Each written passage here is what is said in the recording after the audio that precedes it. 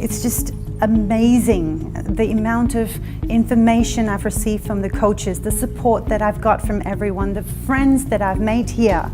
It is nothing like what I have imagined.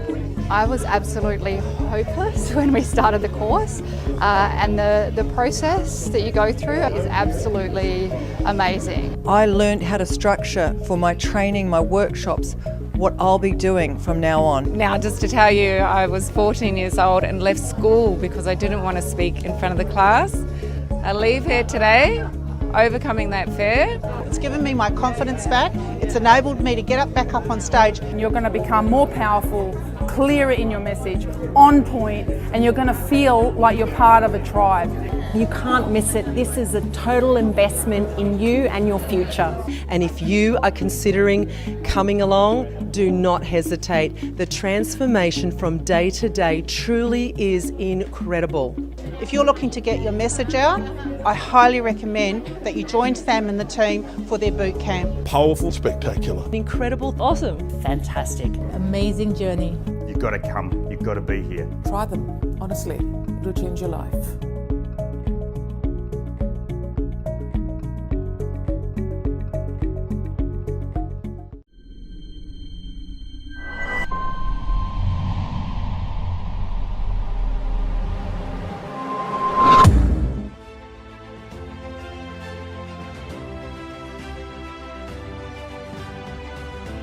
What if I told you that there is a place where you can dream big?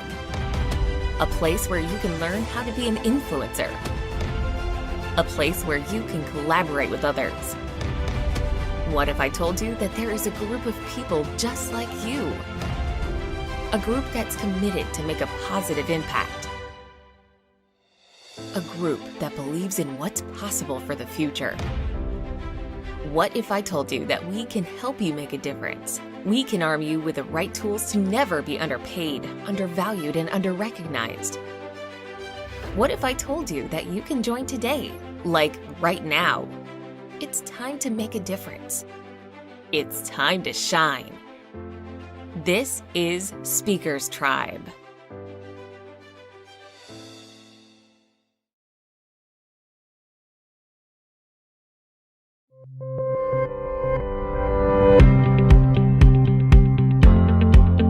One thing that I want to acknowledge you about is investing in yourself and ultimately spending time in online education. If you can learn how you can influence more powerfully through video, if you can learn how to create like your online virtual product and even make money online right now, then I'd love to help you through that journey as well. To all the staff from Speakers Institute, you guys have been really supportive and really, really lovely and encouraging.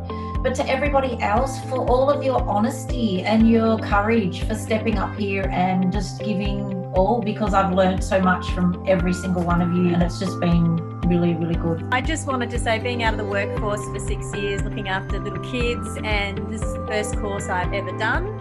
And it was astounding. It blew my mind. It was beyond my expectations. And thank you, Kate, for the feedback today. That was brilliant. And it's given me the confidence to back myself, because I didn't have that before. Because, you know, when you leave for a while and you come back, it's all a bit dodgy. So thank you. Sam, thank you. Thank you. Thank you. That has been absolutely awesome. I've learned a hell of a lot today, and I really feel like we're all improving. So thank you so much. It's been really awesome. I wish everyone all the best on the course. I think it's a wonderful course. And Sam, you've created an amazing business, but I also want to congratulate the people you've got working underneath you, because it wouldn't be that great if you didn't have all this wonderful resource. And I congratulate them for supporting you. It's excellent. I'd actually just like to thank Sam and the team so much for everything you've done, but I'd really like to thank everybody else. I have learnt so much from all of you. It's just been so exhilarating. I'm so excited for each and every one of you, because it's just, the growth in such a short space of time has been phenomenal. So thank you all very, very much.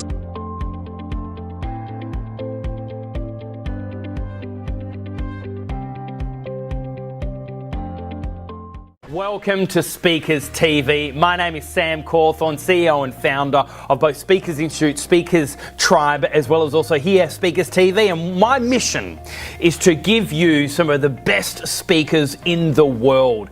And so we've actually searched all around the world, finding out what are the latest trends, who are the latest influencers, and bring them to you live in this episode. So here on Tuesday, wherever you are in the world, we wanted to thank you for tuning in, and please lean in where you can, write down notes, because I know that there is a reason why you've tuned into today's episode here on this amazing Tuesday, wherever you are in the world, and certainly we believe that the best is yet to come.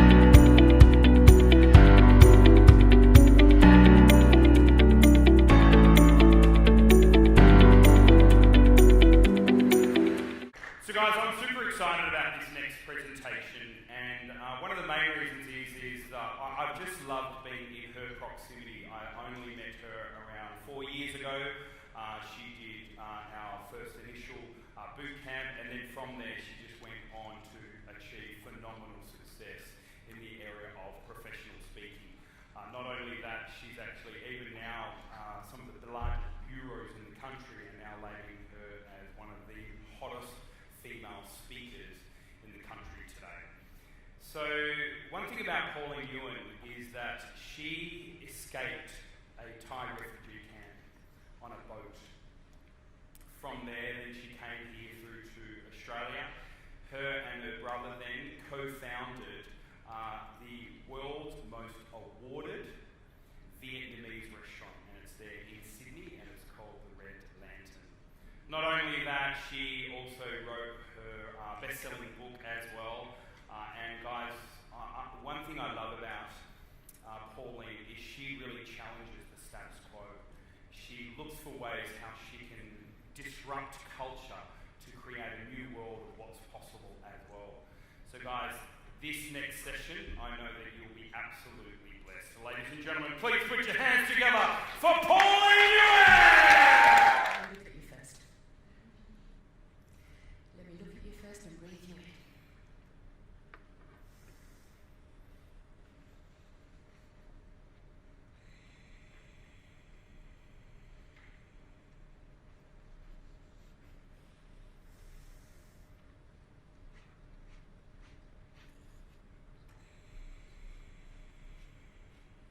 You must realize what an honor and a privilege it is for me to be standing up here in front of you all today, in front of some badass leaders,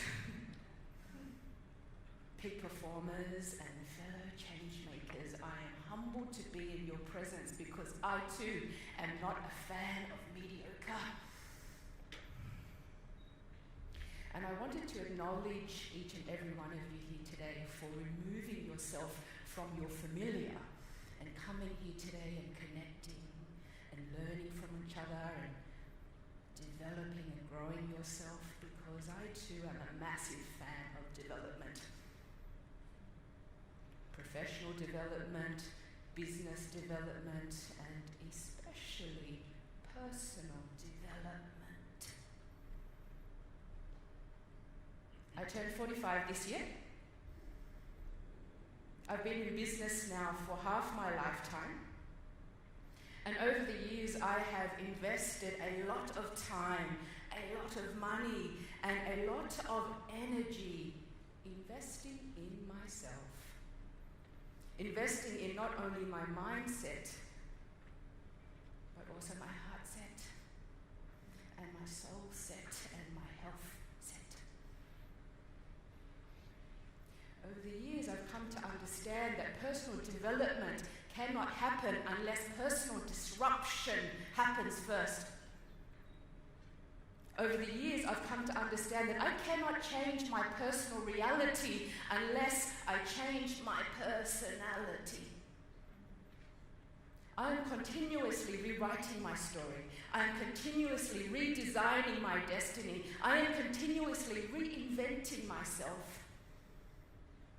I'm continuously questioning my own stories and questioning the existing paradigms and consistently transcending the status quo so that I can become the woman I am destined to be. The person I am meant to be, not the person they told me I should be. Thank you for allowing me to be with you today. When Sam first shared with me his intention for this event, I resonated immediately, and I couldn't help but think how many times I've been asked in interviews and in conversations, how is it that Red Lantern is still around after 16 years? And what do you guys do to compete in such a saturated and fickle and challenging industry? And my answer always throws them. You see, I don't view the top restaurants in Sydney as our competitors. We are our biggest competitors. Why would I waste my valuable time and my valuable energy focusing on and worrying about what the others are doing? I know where I would rather focus. We must write our own rules. We must run our own race. And we're still around because simply we have more grit than anyone else we know. We understand that persistency is the new currency. We must practice never give up-ology.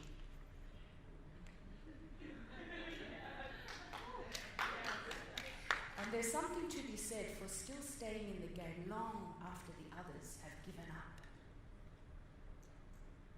Because the universe rewards the unreasonably determined. So we've been in business now for 16 years. This places us in the top 4% of businesses in the world that have survived more than 10 years in business. It also means that 96% didn't make it this far. And we're still around because this is what we understand. We understand that change is the only constant. We can always rely on our mate change. Change is the only constant. Not only must we learn to embrace change, we must learn to expect change. Not only must we learn to expect change, we must be the change.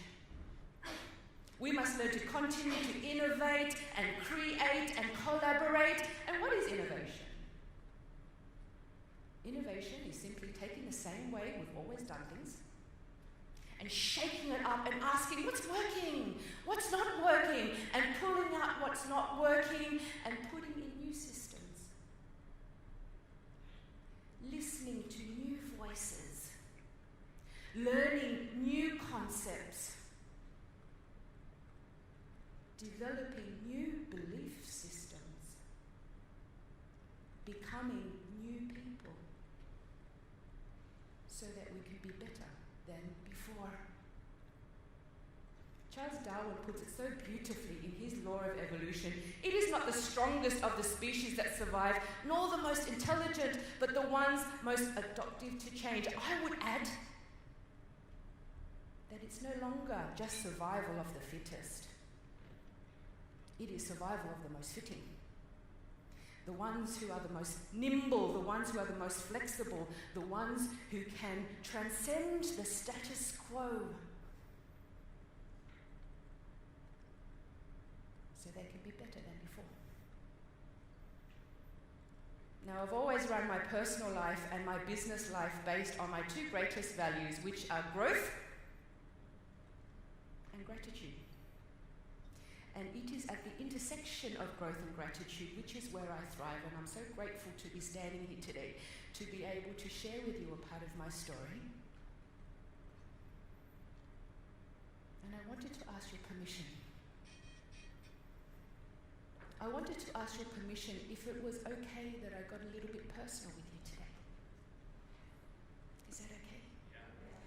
Because I believe that in order to tell the full arc of a story, we can't just talk about the good stuff. We have to share some of the bad stuff that happened as well, so that we can truly appreciate where we came from and what it took to get here. Is that okay if I got a bit personal with you today? So my story starts in Vietnam. And when Saigon fell to communist rule in 1975, my father realized that he had no choice but to escape Vietnam. And the only way that he could do this was to build a boat and smuggle himself and his family out to sea. I was 3 years old at the time, and my brother Louis was 2. My grandmother begged him not to leave. She couldn't understand how a parent would want to risk perishing their children out at sea. But my father is a very determined man. He stands at just 5'1", a little shorter than myself. It is possible to be shorter than myself, by the way. Even without these heels. But what my father lacked in inches, he made up for in courage and determination. And he had already made up his mind. He would rather die trying than risk imprisonment or a fate far worse.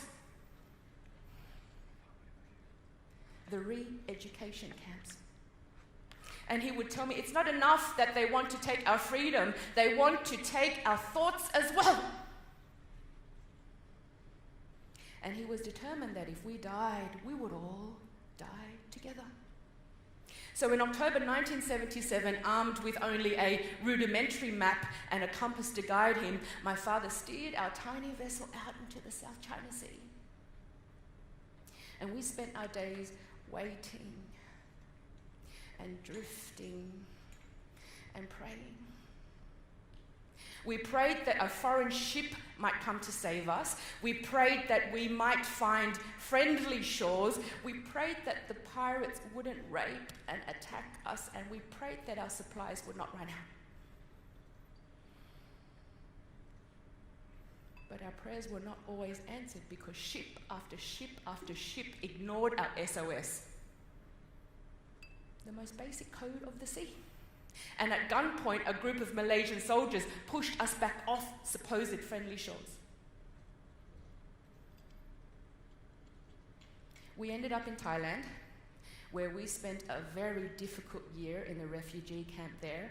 My mother gave birth to my brother Luke inside the refugee camp. And in 1978, Australia finally accepted us. The government housed us at Westbridge Migrant Hostel, and my father quickly found a job working on the production line in the Sunbeam factory in Campsie. Sunbeam gave him the graveyard shift from 2 p.m. to 2 a.m., and they gave him all the jobs that nobody wanted.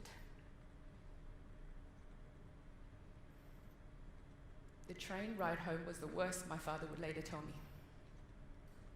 Every night was dangerous for him. The locals threatened to beat him, and the bigots threatened to kill him. Go home to your own country, you bastard! They would yell at him every night. They didn't understand why we were here. People are always afraid of what they don't understand. My father cried every day going home on that train. A lot of us cried in those days. We came into this new world with nothing. Nothing. No house, no job, no money. We didn't know the laws, the language, or the systems. My father had nightmares. And it's the same dream over and over. He's back in Vietnam. He's preparing for our escape. He's back in the water, drifting day after day with nowhere to go, and then he wakes up. My father had constant flashbacks to the war. Part of his job as a lieutenant in artillery was to go back to the scene and count the dead bodies after a kill. One shell killed so many people, and the scars from his own bullet wounds resembles a question mark down the length of his spine.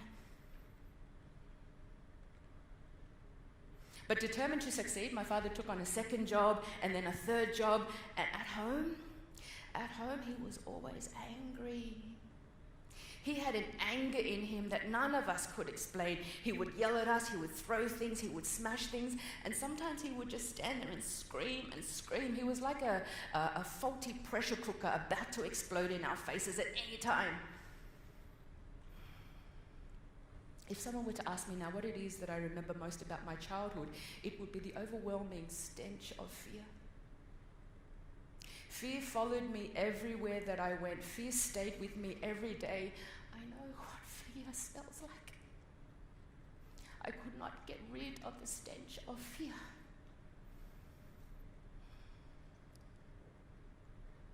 My father had 3 instruments of torture.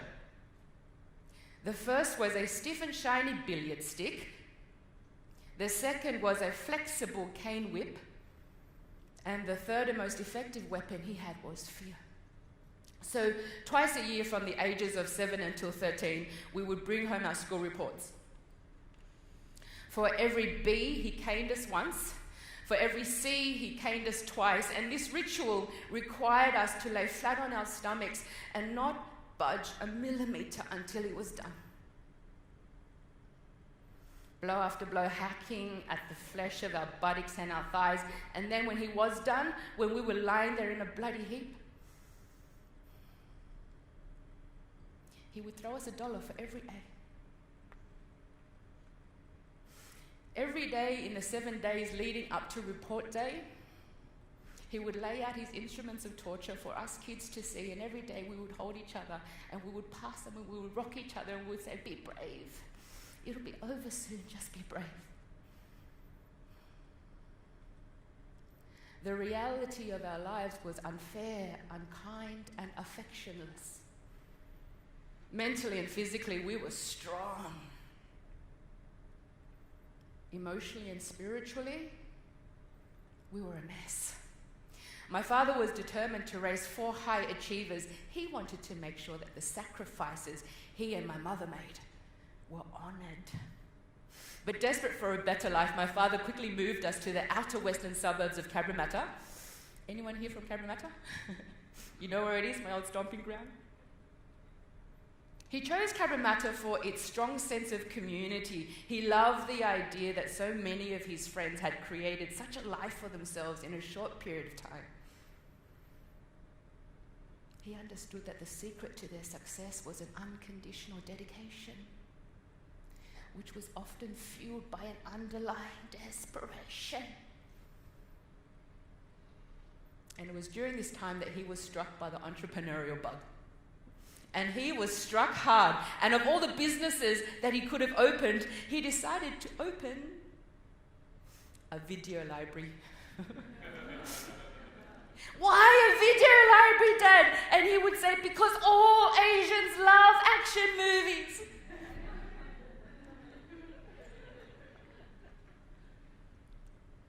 And the blockbuster releases at the time were Full Metal Jacket, Born on the 4th of July, and Platoon. And he would walk around the house singing, "Good morning, Vietnam!" He found a prime location in the heart of Cabramatta's bustling commercial district. We held this location for over 10 years. He moved the video library upstairs. Downstairs became our very first restaurant. My father was Cabramatta's very first barista. We also had Cabramatta's very first ice cream parlour, and the ice cream was delicious, I know, because I was forced to make it. My father also operated a driving school on the side. And as you can see, us kids provided the child labour. I learned to work at a very young age. I started working when I was 7. My brother Lewis started working when he was 6. And my brother Luke started working when he was 3. Do you guys know my brother Luke? The one with the television shows and the cookbooks and the travel shows, the famous one? This is him here at the age of 3. He's on top of Lap's driving school car. Lap is my father's name. He is holding a can of Tui's Draft. He has the mandatory Asian bowl haircut. Sometimes my father would use an ice cream container, so we had the square thing going on. And we have license plates Gun 771 because my father couldn't get Gun 007. So every day before school, we would drive out to the restaurant. My brothers would help my parents set up the tables and chairs inside and outside. I would be in the kitchen helping my parents with the mise en place. We'd catch the train to school, we'd catch the train back to the restaurant, we helped clean up after lunch service, we helped set up for dinner service, we caught the bus home to Bonnyrigg, where I made my brothers do their homework and the household chores, and we raised a whole bunch of attack dogs as well, because all Asians love attack dogs. And this went on for years and years and years, so I practically raised my brothers on my own while my parents worked and worked and worked. And on top of all of this, we had to get good grades as well. So needless to say, growing up was shit! Growing up was so shit. But one thing was for certain. My father had created 4 tough working machines. He instilled into all of us a ferocious work ethic. But by 17, I'd had enough. By 17, I was so depressed and at times so suicidal, and every night I would pray to my God, dear God, there has to be a better way than this. This can't be my life. This can't be my life. And so I mustered all the courage that a young teenage girl could muster, and I ran away from home. And I spent many years hiding from my father. I would look over my shoulder everywhere that I went, paranoid that familiar faces would follow me. You see, I wanted my fears forgotten, not faced up to.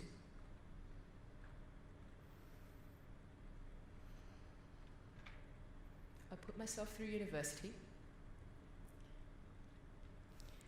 I got a Bachelor of Arts in Communications degree because I was determined to prove my father wrong. He had told all his friends that the only reason why his eldest daughter would run away from home was, one, she was either pregnant or she'd become a drug addict. I worked so hard to get that degree. And every semester I would send home to my father my university reports, but I would cut out my home address so that he wouldn't know where I lived, but so that he would know there were some things I would never forget.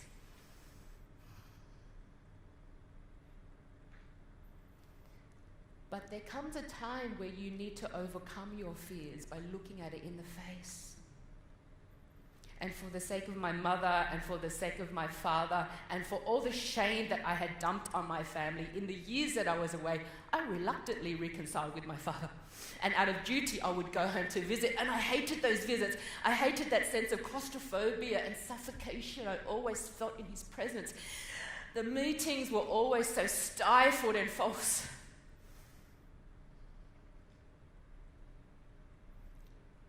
But what I hated the most about those visits was the overwhelming realization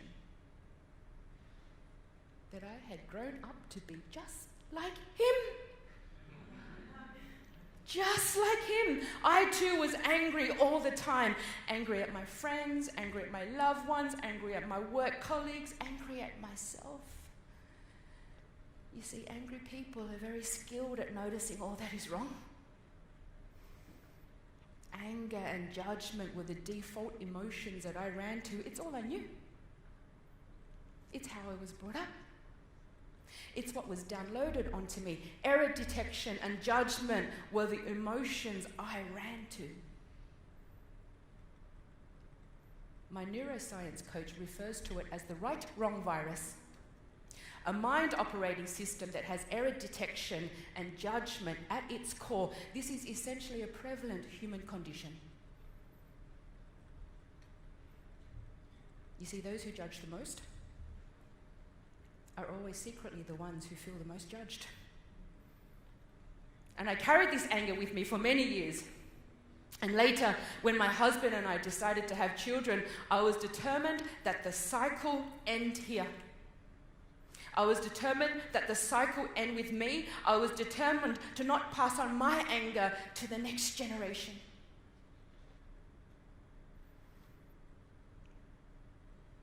So in 2007, we landed a book deal. I landed a book deal to write a memoir about my family. And as I'm writing this book, my fears returned. As I'm writing this book, I'm thinking, how am I possibly going to survive my father's reaction to this story? There are 10 chapters all up in my book, and it's not meant to be a scathing account about my father. It's a beautiful story about personal freedom and family and hope. But in order to talk about the good stuff, we have to share some of the bad stuff that happened as well, right? And it was my intention to finish my book and then give it to my father in its entirety so that he could see the full arc of the story, so that he could see what a beautiful story it really is. But by the end of the 7th chapter, my father demands to read my story, and I freak out. I freak out because he can't possibly read it now. The 7th chapter is the worst chapter about my father. It's the most scathing account about the man. And he can't possibly read it now. It's not finished. But you don't say no to my father. And I had no choice but to hand over my unfinished manuscript. The story about his life, written by his prodigal daughter. I didn't hear from my father for 3 months. 3 months. I needed to hear from my father. I needed to finish my book. I needed to move on.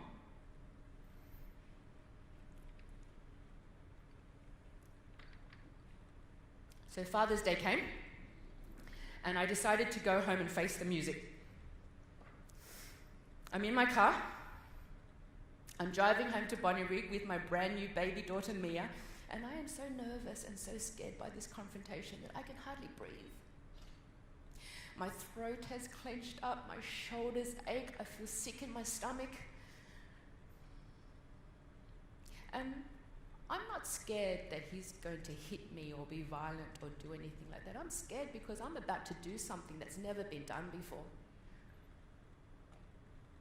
I'm about to confront my father to end this family's pattern. I'm about to face my fears so things can be better than before. So I'm at the front door, and I've brought with me a case of my father's favourite red wines as a peace offering. They open the door, they see Mia, they take her from me, they're so happy to see her, they kiss her and they cuddle her, and I see that they've created a feast for me. Caramelized pork,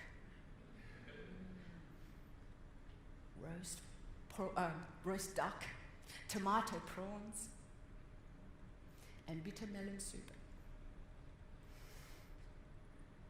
And we sit down to eat, and I ask my father, Dad, what do you think about my book? And he says, it's good, but there's just one thing wrong, there's just one thing wrong. What's that one thing, Dad? The fish sauce recipe is wrong. What do you mean the fish sauce recipe is wrong? We sit down to eat and we pretend some more and we pretend some more. And I ask him again, Dad, come on. What do you think about my book? And he gives me the same response about the bloody fish sauce recipe. I am so frustrated at this stage. We're never going to connect. I'm never going to finish my book. I'm never going to be able to move on. I grab my baby, I grab my things. I'm about to leave and I ask him one last time, Dad, please, what do you think about my book?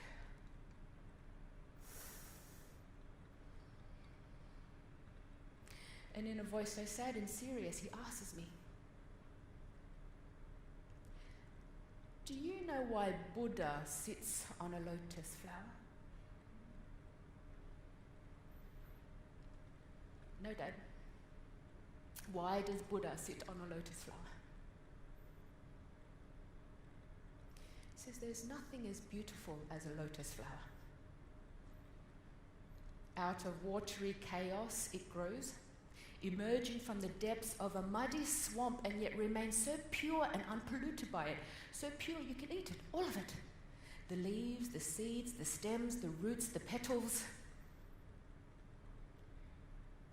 But the lotus flower has another characteristic.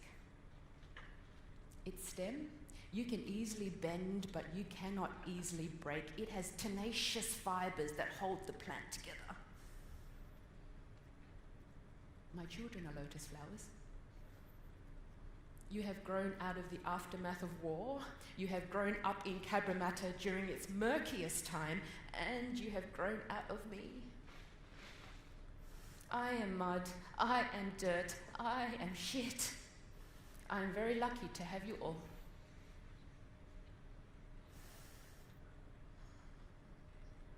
And with those words, my father gave me everything that I had been waiting over 20 years for. He never gave me an apology. I didn't need an apology, but what he did give me was acknowledgement. Acknowledgement of the harm that he had inflicted. My father later tells me that there is a right time and a right place for everything. He said that had he read the book 10 years ago, he would have exploded, and he would have probably beaten the crap out of my brothers and my mother and myself. But he says there is a right time and a right place for everything. I believe that the universe will only hand to you that which it knows that you can handle at any point in time. The universe will only hand to you that which it knows that you can handle at any point in time. Life has beautiful timing, does it not? Fast forward to 2018, and we have the Red Lantern restaurant, the most awarded Vietnamese restaurant in the world. And under the umbrella of Red Lantern, my husband Mark, my brother and myself, my husband is the white guy. Asian guy, not husband, he's my brother. And under the umbrella of Red Lantern, we make television, we travel the world, we coach, we speak, we mentor. And life today is not without its challenges, but life today is exhilarating and it's fun and it's eventful. But it hasn't always been like that, far from it. Far from it. Red Lantern opened 16 years ago, and we opened with a bang. We were fully booked every night, and the wait list was long. This was a great problem to have, but it was a problem nevertheless. You see, we all knew how to work hard. It was literally beaten into us. We just didn't know how to work hard and work smart. We were working 80, 90, 100-hour weeks, week upon week upon week. We were tired all the time. We had no life. Luke's dreams of entertaining his mates at the front of house never happened because he was stuck in the kitchen all the time. Mark's dreams of riding his Ducati and going fly fishing on his days off never happened because he never had days off. And my dreams of having children remained a dream for so long because Mark and I were simply too exhausted after work to do anything but sleep. Things got so bad that I developed alopecia, a condition where the hair falls out due to stress. And in the first month of operation, we won Best New Restaurant, Best Asian Restaurant. The wait list got longer and longer, and sometimes the phones would ring so hot that the whole system would just crash. And one night after a really long and difficult service, we sat down for our after-work beer. It was 2 o'clock in the morning as usual.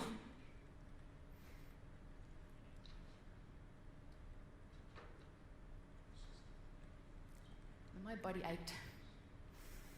My feet hurt, my sciatica was so acute, my shoulders hurt. I was tired of being tired. And it was at that moment I had flashbacks of my parents all those years ago working like dogs, and it fascinated me how history has a way of repeating. This wasn't why we went into business. We went into business to have fun, to grow, to have a life, to contribute, to leave a legacy. And it was in that moment of decision that our destiny was shaped. We vowed to one another that from this day forth, we would start living our lives deliberately and not by default. We vowed to one another that we will continue to rewrite our story, reinvent ourselves, redesign our destiny. We vowed to one another and we promised that we would continue to remain interesting so that the media, the public, and our customers always had something to talk about and pay attention to. And so, Luke landed a television series, multiple books, travel shows, and his shows now air in over 120 countries around the world, making him one of the most syndicated chefs in the world.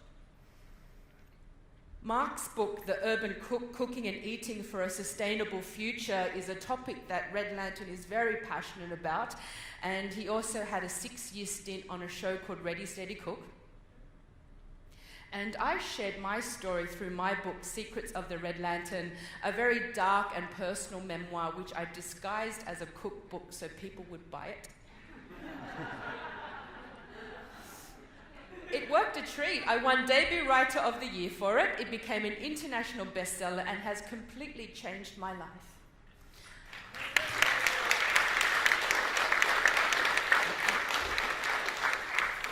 And I travel the world and I speak and I coach and I mentor and I connect with people and I connect with people because connection is why we are here. Connection is what gives our life meaning and purpose. And so we continue to employ team members who are technically better than us, and we continue to engage with business mentors and life coaches to help us grow internally and externally, and the awards kept coming. We've won wine awards, restaurant awards, speaking awards, book awards, but the award I'm most proud of winning is the Telstra Business Award for medium businesses. We beat like 6,000 entrants. I worked so hard for that award.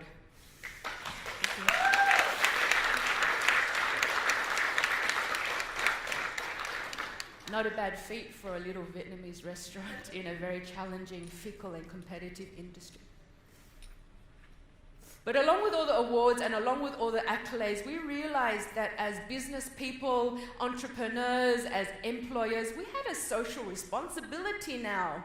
We had a social responsibility to not just make a difference, but make a massive impact. Having children was a big wake-up call for us. And so in 2008, we set ourselves a new commitment to leave as light an environmental footprint as possible while staying true to our Vietnamese origins. We retrained the thinking of our staff, we changed our business model to become a more sustainable one, we got rid of all the suppliers who couldn't tell us the provenance of our produce, and we gained a whole lot of suppliers who cared as much as we did. But we couldn't have chosen a worse time to do it. We decided to do all of it smack bang in the middle of the global financial crisis.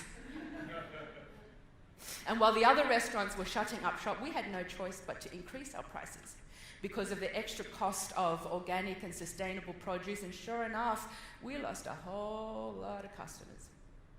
Those who believe that Vietnamese food should remain cheap. Cheap and cheerful, they call it. But what happened? What happened was we gained a whole lot of new customers.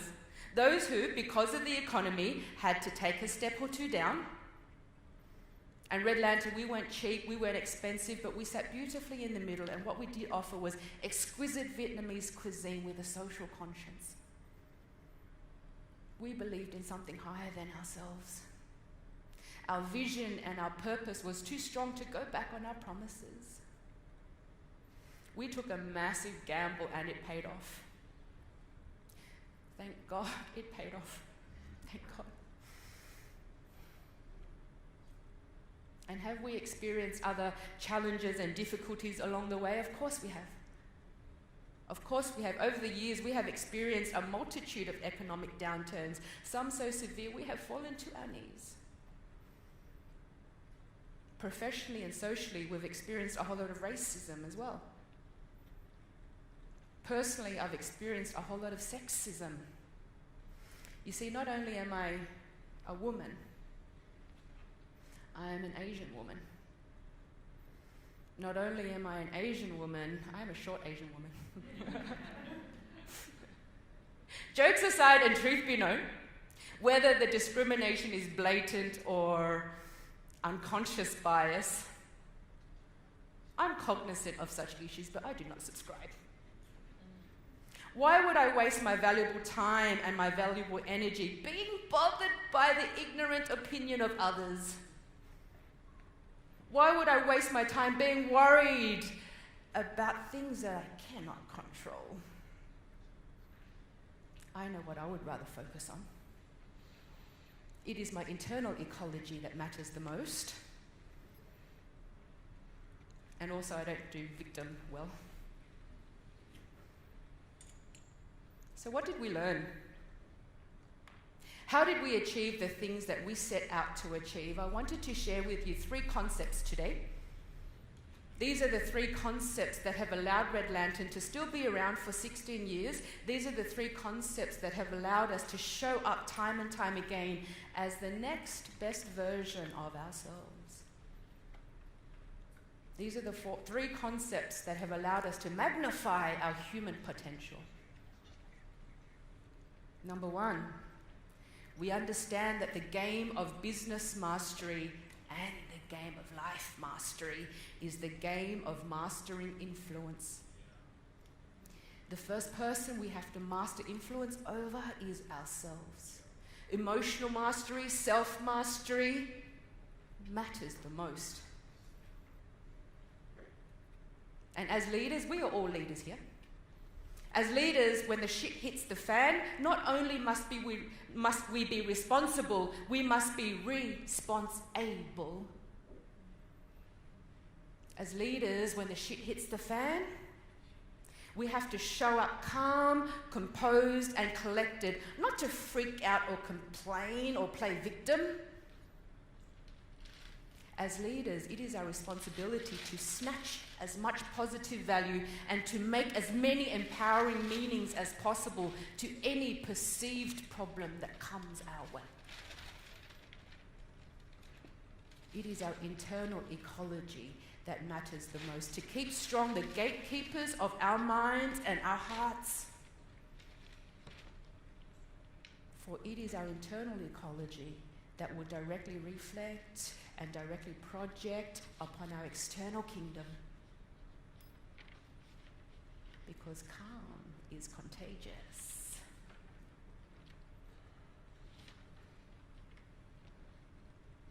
As leaders, your people will always follow the most calm and composed leader. As leaders, we are always being watched. 2, the obstacle is the way. May I have a show of hands who has read this book? So good. I was in a stadium of 4,000 people and 4 people read the book. I'm glad that I can give you value in this way. The obstacle is the way, the timeless art of turning trials into triumph. The art of turning trials into triumph is written by a guy called Ryan Holiday. Holiday has a background in marketing. Holiday argues that obstacles do not inhibit our success. Obstacles create our success. And how we respond to obstacles, respond, not react. How we respond to obstacles is what defines us. Because from here to there, from here to the other side of the obstacle, if I have to smash through it, dig under it, climb over it, run around it, from here to there, to the other side of the obstacle, is my pot of gold. Because man, the new systems I've got to implement, the new voices I've got to listen to, the new belief systems I have to adopt, the new person I have to become from here to there to the other side of the obstacle is my pot of gold. Because the universe will only hand to you that which it knows that you can handle at any point in time. So that problem you have, the problem that you're losing sleep over, the problem that you're so stressed about, what if it wasn't so bad? What if you could make yourself so expansive and so elevated that that problem becomes so small? And what if embedded inside that problem were benefits designed especially for you? It's the same in business. Bad businesses are destroyed during crises. Good businesses survive. Great businesses thrive. Great businesses use the obstacle as a launching pad. They flip the situation around, they dig deep, they find whatever benefits there are, and they use it as fuel. They turn misfortune into good fortune. I call this being unfuckwithable.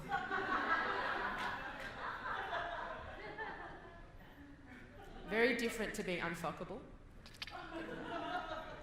When you are truly at peace and in touch with yourself, and nothing anyone says or does bothers you, and no negativity or drama can touch you.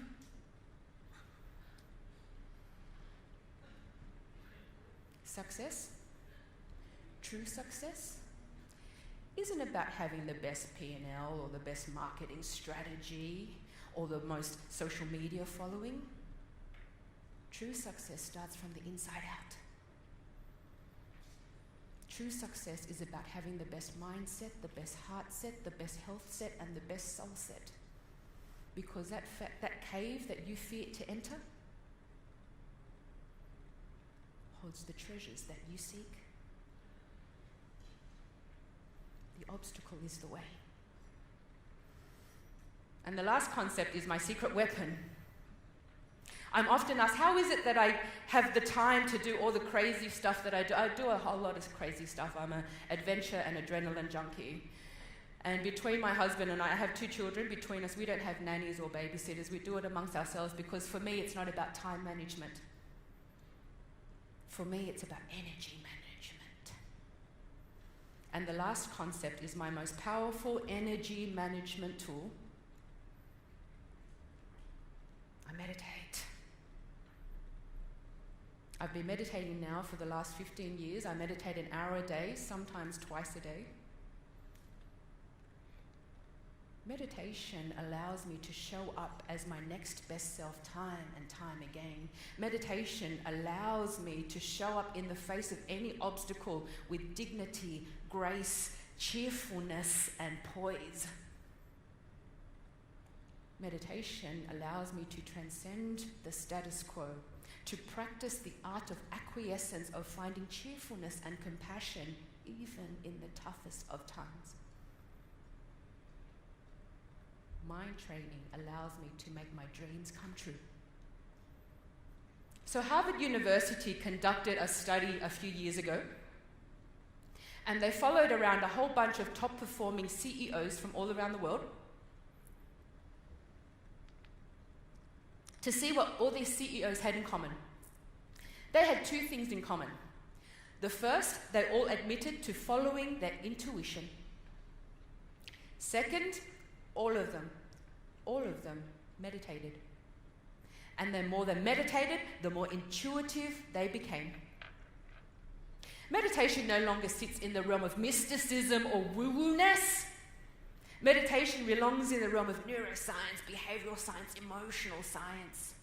What meditation allows us to do when times get tough, it allows us to pause and think intelligently and choose the emotions we want to run to rather than being controlled by our default emotions that we came into this life with. When the going gets tough, meditation allows us to choose how we want to show up. And I ask you, how do you want to show up? How do you want to show up in the face of your customers, in the face of your employer? How do you want to show up in the face of your lovers and the face of your children? How do you want to show up in the face of yourself?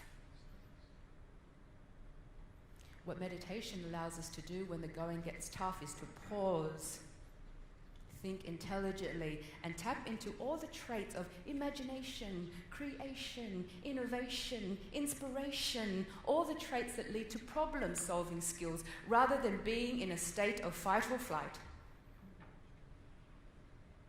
I had the absolute privilege of having lunch with Captain Kevin O'Prey. He's the captain of the Queen Mary II. He is a man who's in charge of a staff of 4,000, and he commands a ship that is worth £600 million. And over lunch, I asked him, "Hey, Captain, how do you weather the storms? How do you keep so cool at the helm?" And he said to me, very matter-of-factly, he said, "Well, I meditate. I meditate, and I practice NLP, and I study hypnosis." And he admitted that under a psych test, the more stressful the situation became, the more calm he became. We are riding on the back of a sleeping giant. We just have to know how to whisper in its ear. And all it takes is practice. Daily decisive practice. Theodore Roosevelt puts it so beautifully. What such a man needs is not courage, but nerve control and cool-headedness. This he can only get from practice, because the quality of our emotions is the game of life. So I'm often asked, what is the secret to our success? How is it that a bunch of Vietnamese refugees can go on to achieve so much?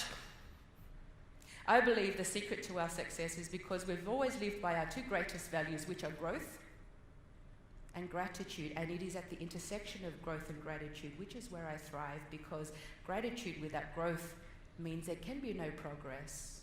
And progress is the one thing that makes us human beings truly happy. And growth without gratitude is like a cancer. I've never believed that I'm the victim of any of my circumstances. I believe that I am the beneficiary of all the things that have happened to me and of all the times that I've chosen how to show up. Can you imagine if we lived in a world full of beneficiaries and not victims?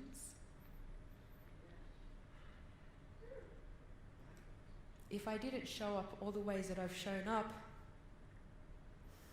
I wouldn't have all these opportunities that come my way. And in my moments alone, I realize that life doesn't happen to me, life happens for me. And when we understand the law of vibration, we understand also that life can happen from me.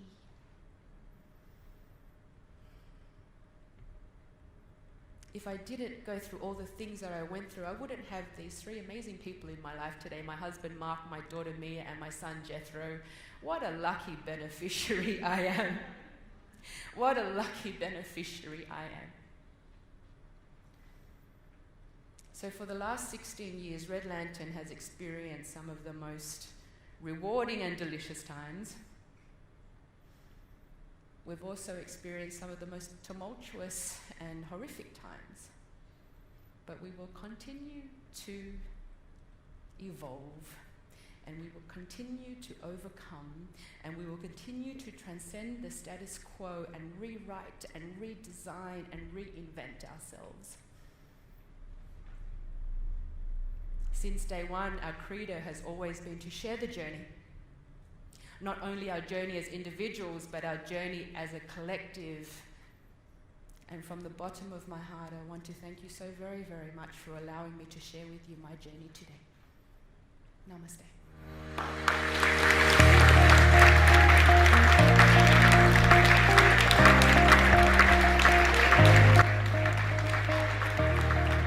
Get that book out now and show to the world how you are making a difference.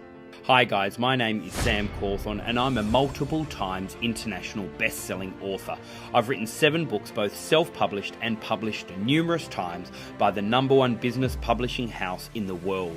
There is no better time than right now to write your book, but you want to do it properly by getting the right advice from others who have been there and done it successfully.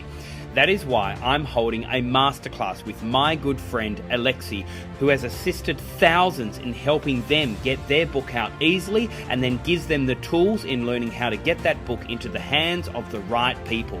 In this online masterclass, we will share with you how to write a book fast and easy in 3 easy steps, how to distribute the book so thousands buy it, how to create the right back end of the book to make thousands of dollars, and the blueprint that will get you lots of media so you are the recognized influencer in your industry. By clicking on the link below, you are claiming your seat into this online masterclass absolutely free. This is your chance to invest in your time in isolation and get your book out in the next 4 weeks. Register today.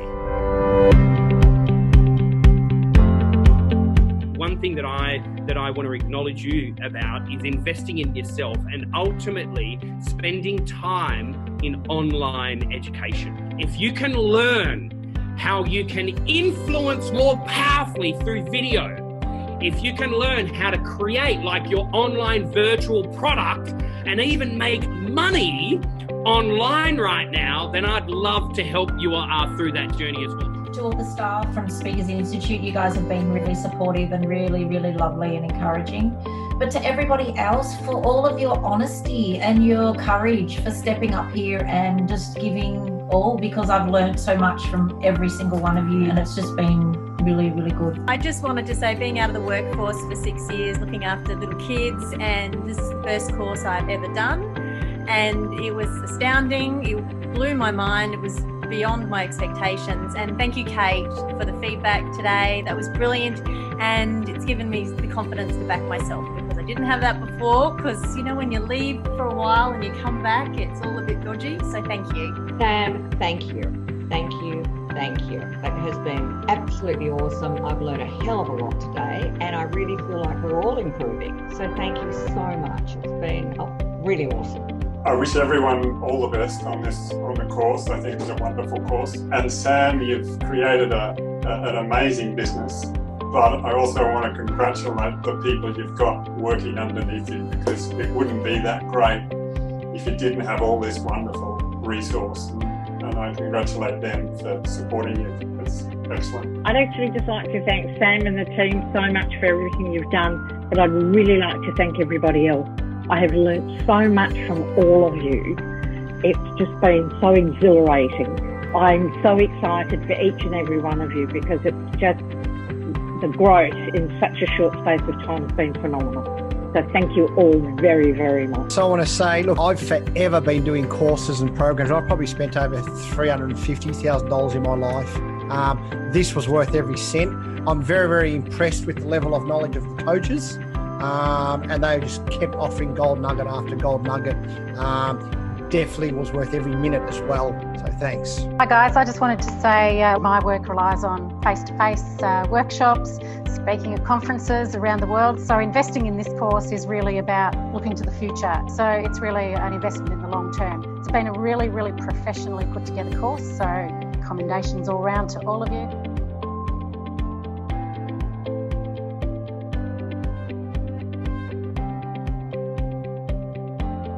Amazing experience that I've had in a lifetime. The coaches were phenomenal. And I've found the process that they follow and the material that they have presented us excellent. Practical tips to really improve the performance. It has shown me new ways to look at how I approach what I'm saying, how to say it, and how to engage the audience. You know, it's just amazing the amount of information I've received from the coaches, the support that I've got from everyone, the friends that I've made here. It is nothing like what I have imagined.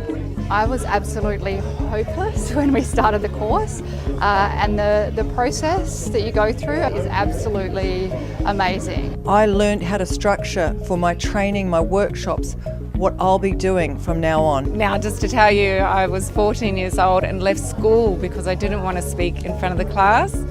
I leave here today, overcoming that fear. It's given me my confidence back. It's enabled me to get back up on stage. And you're going to become more powerful, clearer in your message, on point, and you're going to feel like you're part of a tribe. You can't miss it. This is a total investment in you and your future. And if you are considering coming along, do not hesitate. The transformation from day to day truly is incredible. If you're looking to get your message out, I highly recommend that you join Sam and the team for their boot camp. Powerful, spectacular. Incredible, awesome, fantastic, amazing journey. You've got to come, you've got to be here. Try them, honestly, it'll change your life.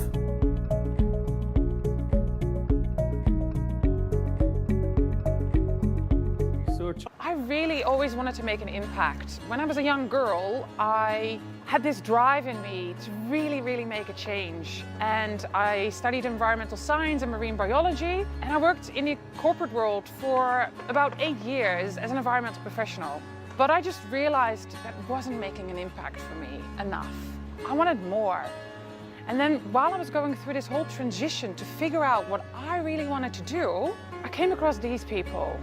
And I realized for me to really grow into that next step, what I needed, I wanted knowledge from people that knew their stuff. I wanted to have that community that supported me and understood me, and really the professionals that have been through it that could guide me on my way. My future is gonna look amazing. I have so much that I want to be sharing, but also the confidence I have now to do that. I'm writing my own book. Next year, I'm launching my new keynote, and it's unstoppable. What I can do from there, I'm just so excited, and I can't wait to share that with everybody. The big thing is, you need people around you that inspire you. If you don't have those people around you, how can you even see that next step? I really think about the future. I plan, I set those goals for myself. But someone needs to spark that little idea in you to begin with. What is possible? And I've seen that it's possible. I've seen people around me that have done it, that are successful, and I can do it. And I'm absolutely certain of that I've got what it takes now that I'm here.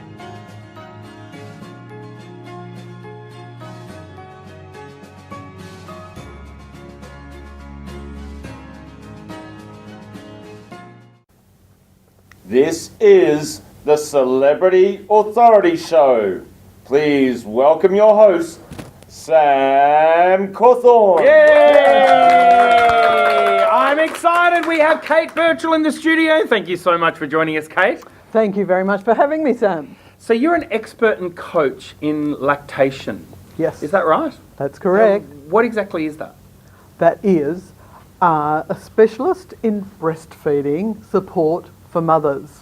And you've always been in this field for how long? Over 30 years, yeah. My passion. I began as a mothercraft nurse. I saw a need to support mothers and help with feeding, and I climbed the ladder, more or less, with my own education to reach to where I am today. Kate, I'd like to talk about that in a moment, but I'd like to also hear a little bit more about your story and your journey, because you also live with a disability. I do. Is that right? Tell us a little bit more about your story. Okay. I was hit by a car at the age of 4. It was a head injury, so I'd lost all my learnt skills. I was unconscious for 10 days. You were in a coma for 10 days. I was. They didn't know it was a long time ago, so they didn't know what was going to be my prognosis. Was there anyone else hurt in the accident? No, I was hit by a car with a number of other children. I decided to cross the road and got hit. So my family have been very, very strong, supportive, and brought me up as a normal child. You know, got me going, got me doing things. So can I just go back for a moment? So you were in a school trip, and you were crossing the road by yourself? Or No. I was at, we were at a children's party. The mothers were all chatting together. The children were all together on the footpath. Quiet street. Half the children went across the road. I stayed with one of the other children to buckle up their shoe. I got tired of waiting. And I wanted to go and join the other kids, and I didn't look, and I took it across the road. And I was hit. and was that here in Australia? Yes. Yeah, in the suburbs of Melbourne. Of Melbourne. Yeah, okay. Melbourne. Yeah, yeah. So you were in a coma for 12 days? Yep. Lost all my skills. Part of my brain was affected, so the other parts of my brain took over. I was very, very lucky at the age of 4 that my body compensated. So, apart from my spasticity down one side, I've been very, very fortunate. I've been able to keep going and doing what I want to do. Tell us a little bit more, the spasticity on one side. What does that mean? At first, my right arm did not work for 6 months, and eventually it came good, slowly. The spasticity gives me limited movement I get, but it'll go off and do its own thing when I'm really tired, and I don't know where it is. Used to be when I was a kid at school, you know, when you use your pencil and your rubber, the rubber would be in this hand, it'd be up here, and I'd need to rub something out, and I'd forget where have I lost? Oh, it's up there in this hand. So, yep, my right leg, stunted growth, muscle tone's different. I walk with a limp. I live with that. I didn't realise it was that bad watching all the videotapes of recent years. I just accept me as me, and I get on with life. I think I probably strive more because I want to achieve. Kate, you are so inspiring, and thank you so much for joining. So tell us a little bit more about your journey towards being an expert in lactation. Did you become a nurse as soon as you left school, or? No, I actually worked in childcare when I first left school. Okay. Chose that path, which was mothercraft, nursing and childcare. But I really loved my placement in hospital. I found my niche, my passion was caring for babies and mothers. Over the 30 years, what we do is very different. It's got more and more positive, the care and the way the care is given.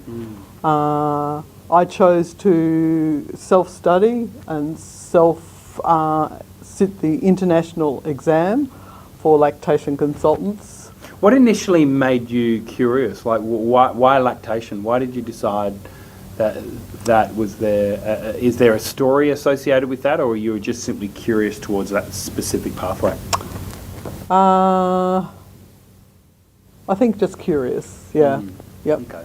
I loved children or babies when I was little kids. So, And what you saw mothers struggling, or you saw? Not at that age. I probably wasn't quite sure at the time, but where do you go when you finish school?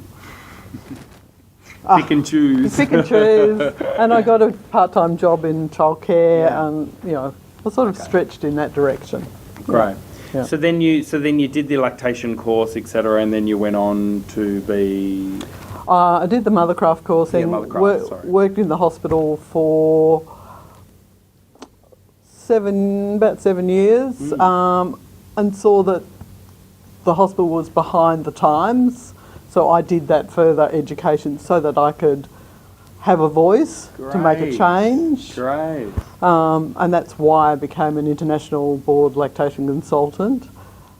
And then I wanted to do more. So then to get more of a voice, I got involved in board sides of the Australian team, which is international, which is LACANS, which is Lactation Consultants, Australia and New Zealand. I started as secretary, I'm now the president. Wanting to make a difference in the world with mothers and babies and the support systems that teach them. Yeah, and congratulations. So for people out there that may be a nurse or a midwife or even someone that knows a mum or someone that's, you know, struggling in this area, Yes. what's some advice that you could give to them to either help or assist others, or maybe even for a mother that's currently struggling in this area? What's some advice that you could give to them? Okay. Depending where they are, take a breath. Remember, your baby is your baby, and they love you, you love them. Just take time. I think the first thing for mothers, if they're about to have a baby or before, you know, on that birth, all being well, put skin to skin with that baby. Apart from keeping the baby warm and comforted and settled, that also helps to bring your hormonal levels up, to bring up your milk supply.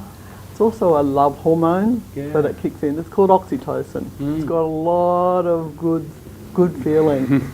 You get it when you hug someone for more than 20 seconds. It is an amazing hormone. Yeah, right. It's really important to hold the baby well and close without layers of clothing between the two of you, mother and baby. Get the baby close and well positioned.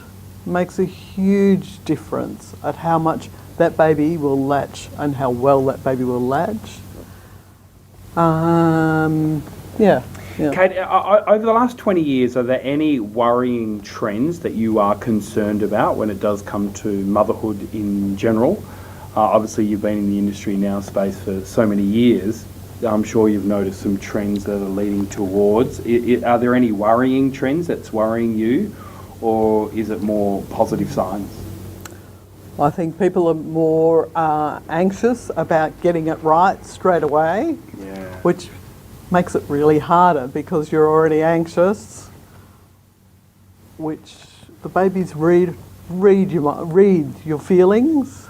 Just step back, take it easy, take it slowly, breathe. Let the baby find their way.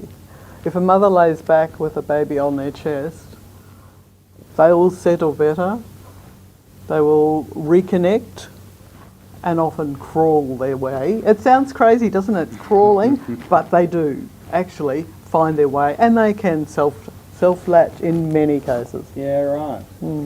Kate, if there was a quote or something that you've been really inspired towards, you know, all throughout your journey, if there's a message or a specific thing that you wanted to share with everyone out there, what is your most favourite message or quote that you've heard? There are so many with breastfeeding. I think, at the moment, I think it would be mother's milk is liquid love. That is beautiful. That is absolutely beautiful. And what's next for you, Kate? I mean, obviously, you know, you've reached the pinnacle of your industry. You're, you know, president of the association, etc. You're travelling the world. You're sharing the message. What's next? I think speak. Get that more out there. Professional speaker. To those just starting in the midwifery area, they need to know the basics, those simple things, so that the mothers don't get to the pitfalls of those babies not getting enough milk or those nipples getting really, really, really sore.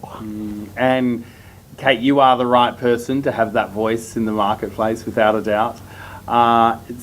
Kate, what do you do for yourself to recharge? What do you do for you so you still operate at the level that you do operate and you still become the best at what you do? What do you do for you? I go to a gym about 3 times a week and I play tennis. Very active, good. Active tennis. Yeah, well done. That's really... Kate, thank you so much for joining us here on the show. However, look, just before you go, we have a challenge. For all of our we have a challenge for all of our participants that come along. You don't have to, but the challenge is 10 questions in 60-second challenge. So Kate Birchall, do you accept the challenge? I will. All right, Kate, your time starts now. Favourite colour?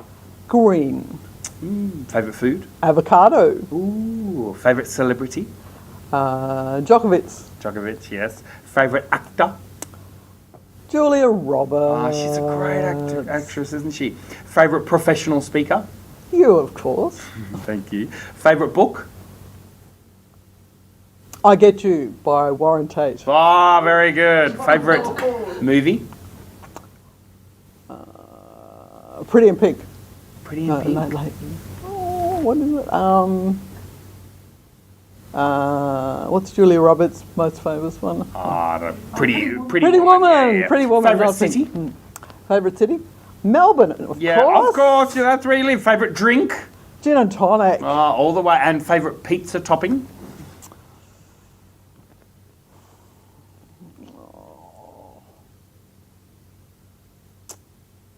Chicken.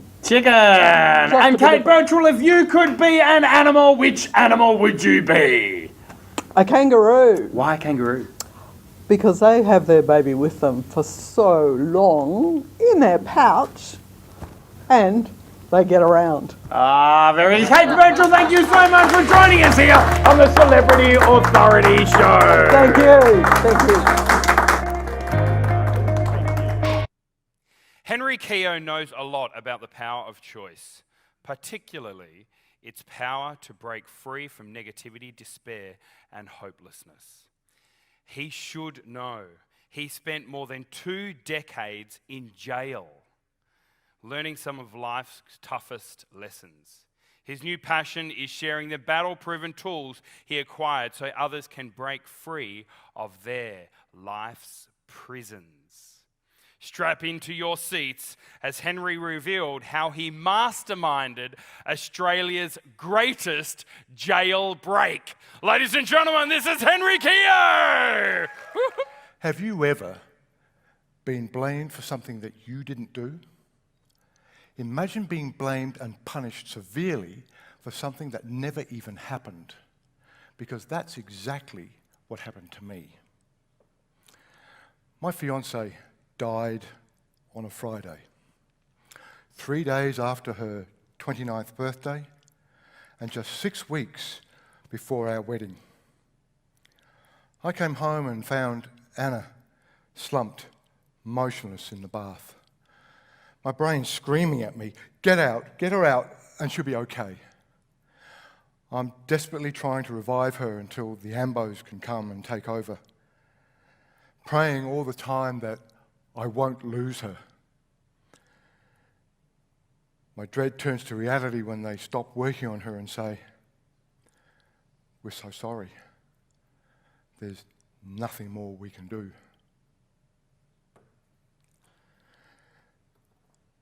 An already dreadful situation only got worse when an incompetent and not even qualified pathologist turned what everyone believed was just a tragic accident into a murder inquiry. A full-blown trial based on flawed and concocted evidence resulted in a life sentence and my freedom taken for a minimum of 25 years before I could even apply for parole. A lot of people said, that's not fair. Let me tell you what wasn't fair. Through no fault of theirs, my 3 young daughters from a previous marriage had their father wrenched out of their lives, missing out on 2 decades of birthdays, Christmases, and holidays. No more taking them to basketball and cheering from the sidelines. No shoulder to cry on when life got too much. And no father to walk them down the aisle at their wedding. It should be black.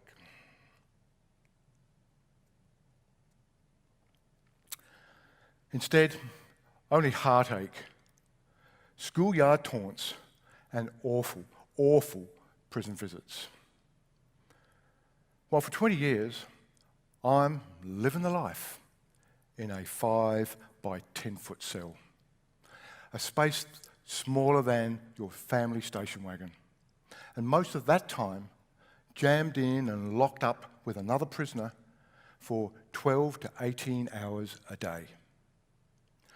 I had to learn real quick that there were two sets of rules: inmates' unwritten rules and the official prison rules. And the distinction between those two is if I didn't learn that lesson quickly enough, it would determine how well or how long I survived. Two prisoners got that very wrong. One, both hands cuffed behind his back, is knocked unconscious as he's driven by a guard head first into the wall. His offence, just answering back. Another, who screams I will never forget, standing naked in the shower, has a full bucket of boiling water thrown at him because he made the mistake of calling that inmate a dog. I can still see the layers of skin left behind that just slid off his body.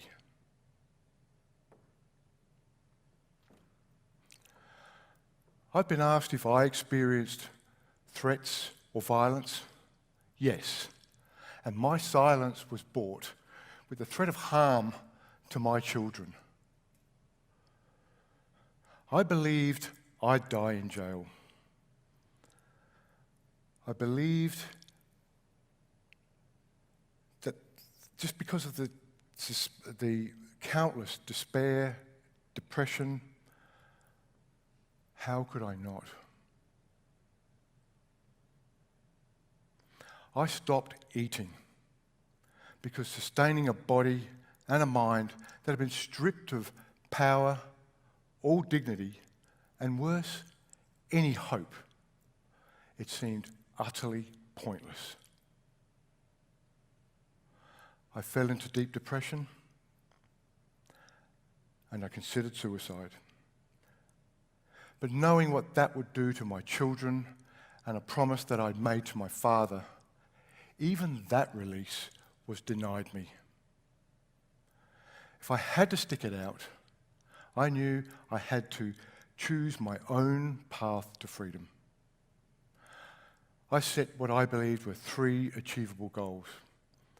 I knew I had to look after my head, my health, and my heart. But I still stumbled. I fell back, and I nearly gave up many times. Excuses are always easy to find, aren't they? I'm only human. We all are. Controlling the voice in my head was my first goal and the hardest part of the battle. If I had to stop obsessing over things I had no control over, if I couldn't control it, I trained myself to let it go. And that included no longer caring about... Why is this not working? No longer caring about the things that...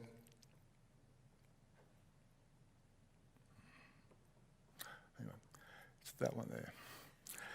About the things that people said, thought, or said of me. I've been called worse around countless dinner tables and, I'm sure, workplace lunchrooms. I started eating again and exercising. No easy task if you saw the food and considered the long, long hours stuck in a tiny cell. I chose to stop hating. I let go of the anger and the bitterness because I knew that holding on to resentment is like drinking poison and waiting for it to kill your enemy.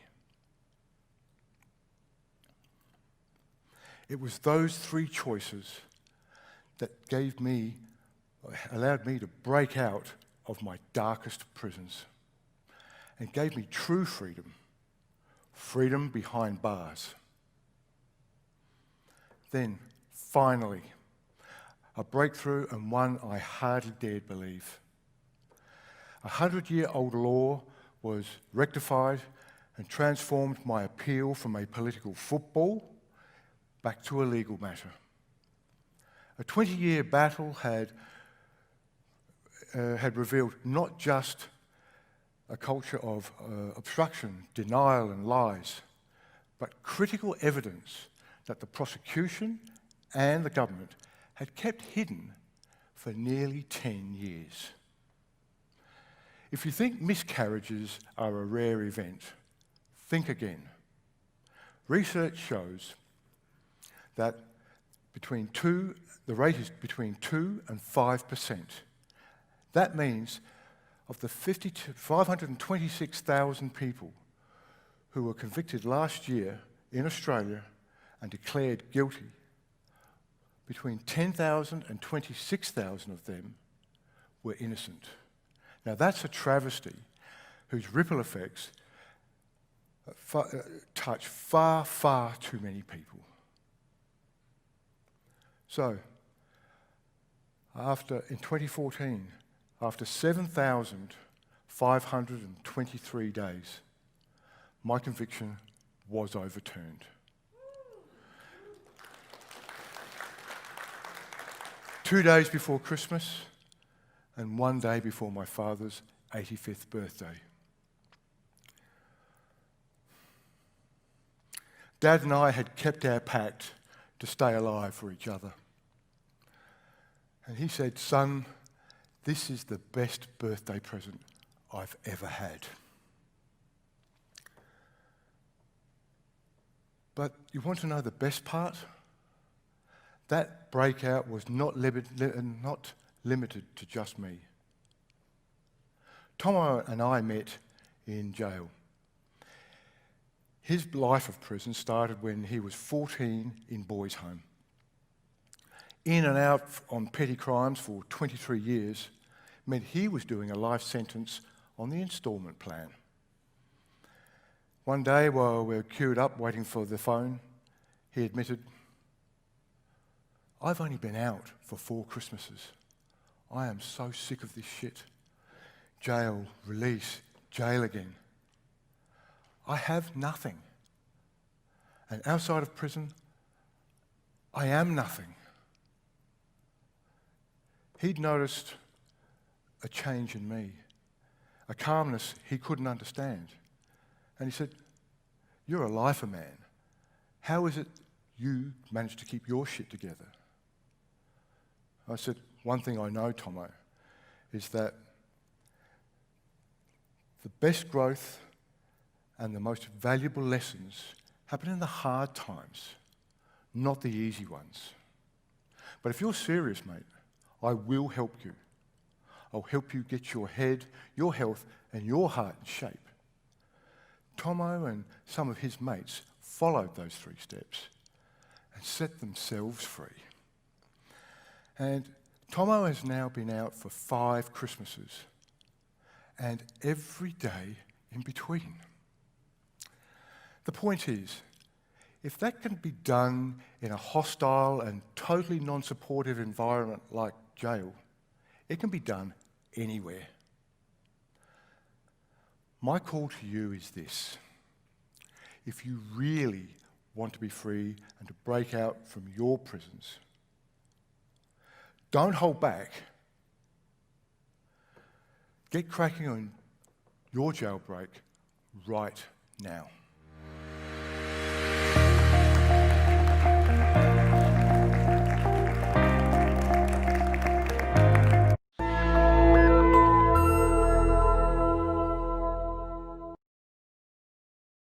Hi guys, Sam Cawthorn here, CEO and founder of Speakers Institute and also Speakers Tribe. I'm super excited about today's video because it's all specifically around persona. Now, the dictionary meaning of the word persona is actually more around a character of what you display. Whereas for me, the way that I look at this is, what exactly do you want to emulate to the world? In other words, what do they see? they meeting your customers, your clients, your marketplace, etc. What exactly is the brand that you want to have out there in the marketplace? What is the persona, the character, the presence, the visual image of what you are portraying out there in the marketplace? You know, I've done a lot of media, right from TV all the way through to radio, as well as also some print media as well.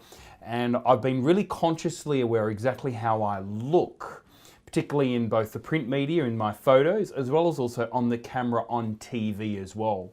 From my shirt through to the coloured jacket, through to my unshaven look, all the way through to my smile and my charisma, or my certainty and my confidence and my seriousness. So that's exactly what we will be unpacking today, is what exactly do you want the market to see you as? How exactly do you want you to be seen? Is it professional, serious and credibility-like? Or is it more joy, playful, fun and entertaining? Or maybe it's just simply a little bit of a mixture of both. We're going to unpack that a little bit today.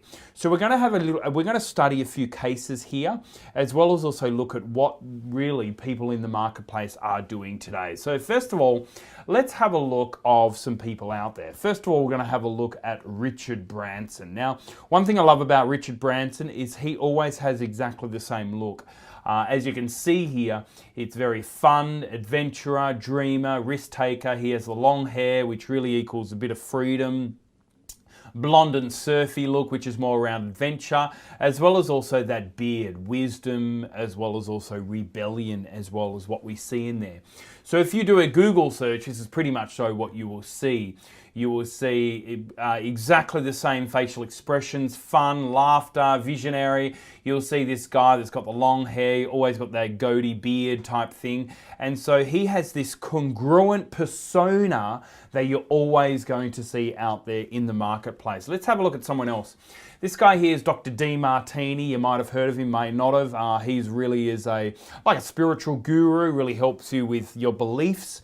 And so as you can see here, this guy here is very European, world influence, classy, security type look. He's very also old school with the pinstripes. Expensive quality, high roller, as you can see there. Page boy haircut, which is very his signature look, which you'll see across the board. His suits are all very power suits, quality, double-breasted, clean cut. He's a sharp businessman. So again, if you have a look here at the Google search, he pretty much has exactly the same look across the board. Again, this is the persona that he has out there in the marketplace. Now let's have a look of Kylie Kwong. She is a celebrity chef, if you don't know who she is. But she's this Asian culinary influence, creative, crafty, minimal, simplistic, always has those dark frames on her glasses. Her hair is very straight, shoulder length, face is very warm, smile. She's got that oriental style look with the reds and the whites, crafty accessory to complete look. And then again, if you have a look at her Google search and images, you will see pretty much show exactly that same look with those big glass lens and obviously also that shiny black hair as well. Let's look at Naomi Simpson, CEO of Red Balloon. As you can see here, she always wears red. I really like her, and one of the main reasons is she always is congruent with her persona out there in the marketplace. So as you can see here, passionate, consistency, welcoming, that hair length always just above the shoulders, brand always dressed in variations of red. Again, if you do a Google search here, you can see pretty much across the board, she wears exactly the same red across the board. So again, very, very congruent with her persona. Let's have a look at one more, which is Sarah Blakely. She is the founder of Spanx. And so Sarah, as you can see here, confident, approachable, reassuring, assertive.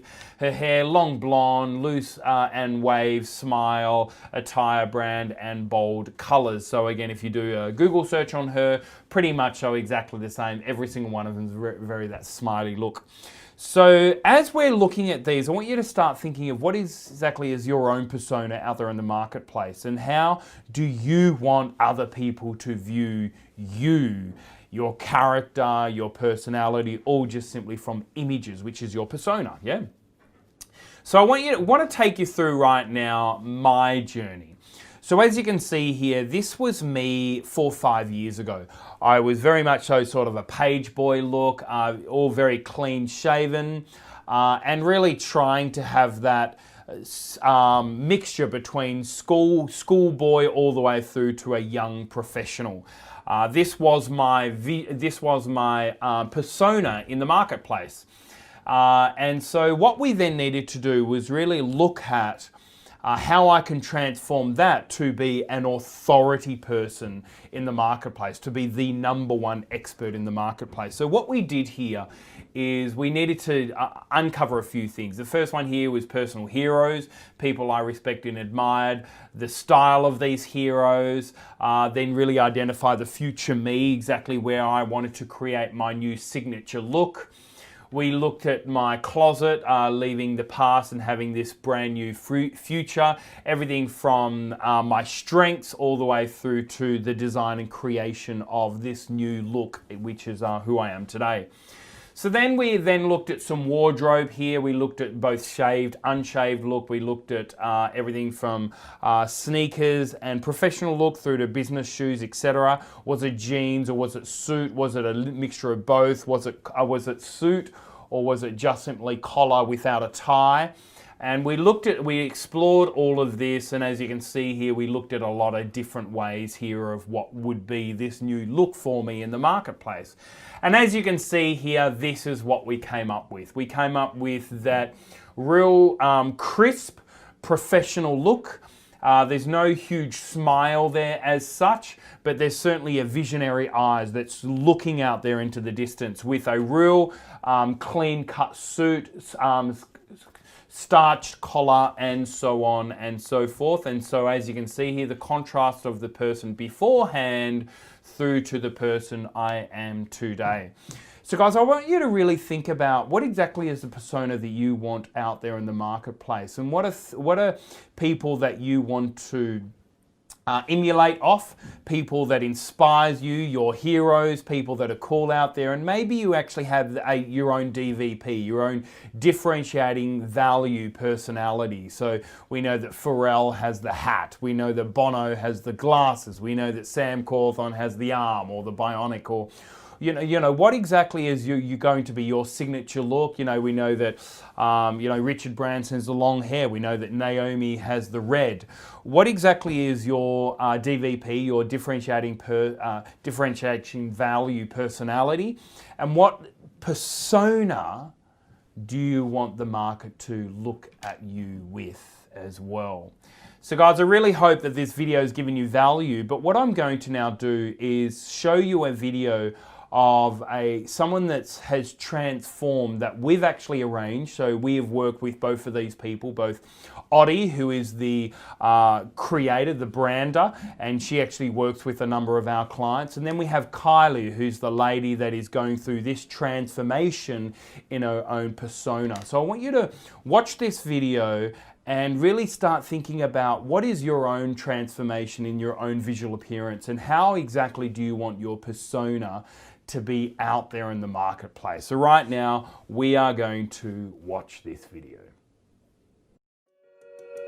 So the purpose of what I do is I love seeing people really shine through the clothes that they wear. When I deal with a client, I get interested in the thought process that has them pick out their clothes, and then have them see what that actually communicates, which is completely incongruent to what they really want to communicate, and then step them through a process so they can see for themselves a new possibility of clothes that actually work for them. So what I do is I book a phone consultation with them, and I ask a series of questions, which the intention is to flesh out as much details as possible about their character, their personality, what styles or colours already work for them, to give me an accurate view of what it is they want.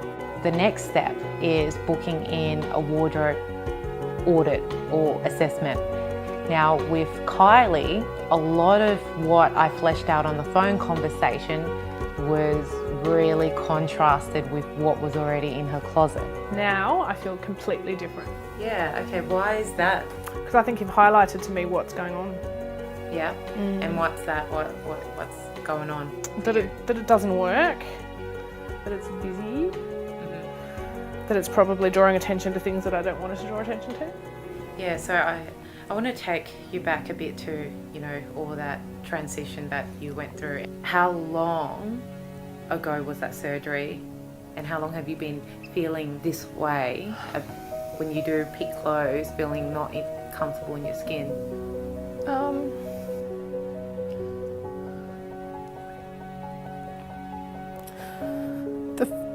The first surgery was November 13, and the last one was September 2014. And were these dresses purchased before or after your surgery? That one before, and everything else was after. Okay, and I can see already what's in this section is very busy, very loose. Yeah, it's almost like a copy and paste, isn't it? Yeah, all of these had been picked out to really hide what's been going on with you. You're not comfortable in your own skin. And what else? Like, what's all this emotion about? It's not a nice way to feel.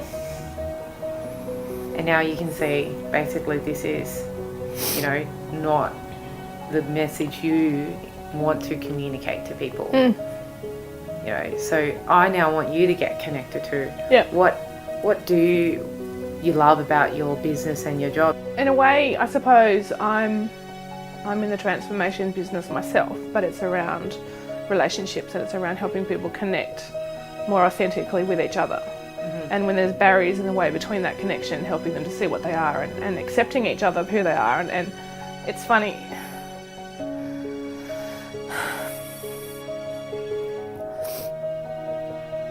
I'm just realising that I'm not accepting myself.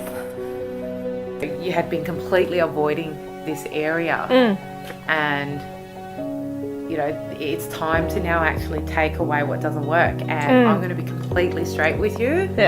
From what we've discussed and created as you, the new you in the future, this completely is not a match for that person. Yeah, I see it too. This needs to go. Can I take it off, please? Yes, please, you can. The next step in the process is taking the client shopping. So at this point, they are already present to a new view of how they could possibly look that's authentic to who they are. Now we go to the shops and we go on a hunt and purposely pick and choose clothes that's going to match that new image and vision that we previously put together.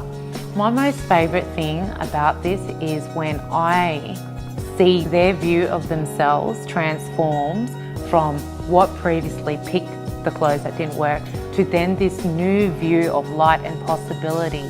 This experience for me was quite transformational. I learned a lot about myself that I wasn't aware of before. I learned that I was hiding. I learned that your image says so much more than you think it does, and I learned that what I was trying to hide was actually being highlighted, which was horrifying when I realised. And working with Oddie really opened my eyes. I think Oddie's techniques make a difference because she gets to the source of the problem. If I hadn't been taken to the reason why I was doing what I was doing, I would have just kept making the same mistakes without even knowing why. When she pointed it out, I knew what the problem was, we fixed it, and I'm moving forward.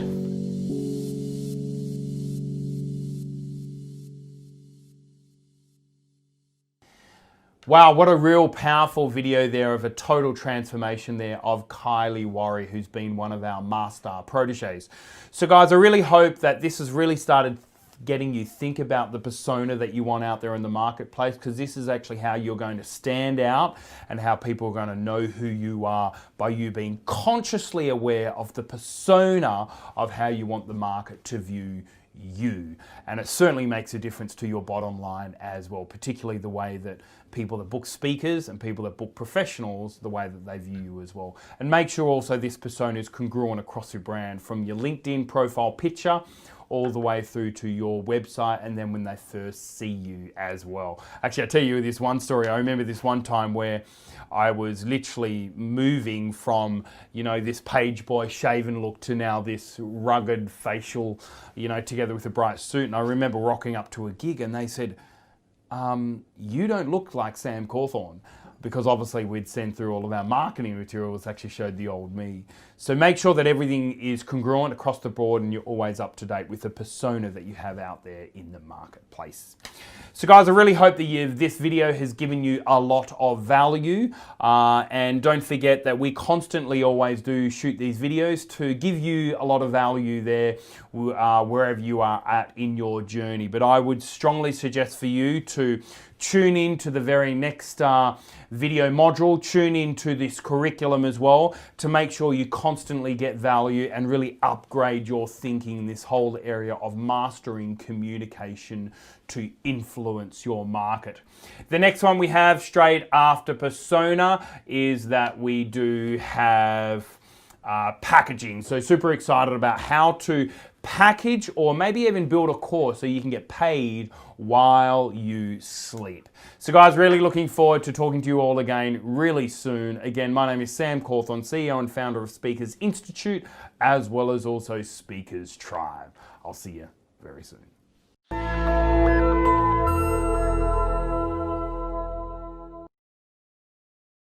Hey guys, thank you so much for tuning in for today's episode here at Speakers TV. My name is Sam Cawthorn and we are super excited about Speakers TV and about these episodes that we bring to you every single weekday as well as also on every single Saturday. Guys, we'd love to hear from you. If you've got any feedback at all for us, or maybe you want to comment right now in the chat bar about what was your biggest takeaway from today's session. But also not only that, why don't you join us? So here at Speakers Institute, we do have a number of programs such as our online boot camps or our protege program. At Speakers Tribe here, we're all about running these big, large annual conferences every year. But also not only that, there is an annual membership that you can get where in your city we do have tribe gatherings, all really encouraging you going from where you are today to where you really want to be. Or maybe you want to tell your friends and your family about Speakers TV. But can I please encourage you, why don't you like this page? Why don't you join us each day? Why don't you tell other people about these episodes? Because we are all about really helping you on this journey to becoming that recognized voice of authority, for you to find your message and your story and get that out there into the world. We are super excited about your journey, so please lean in and join us today. To your success, my name is Sam Cawthorn, and don't forget, the best is yet to come.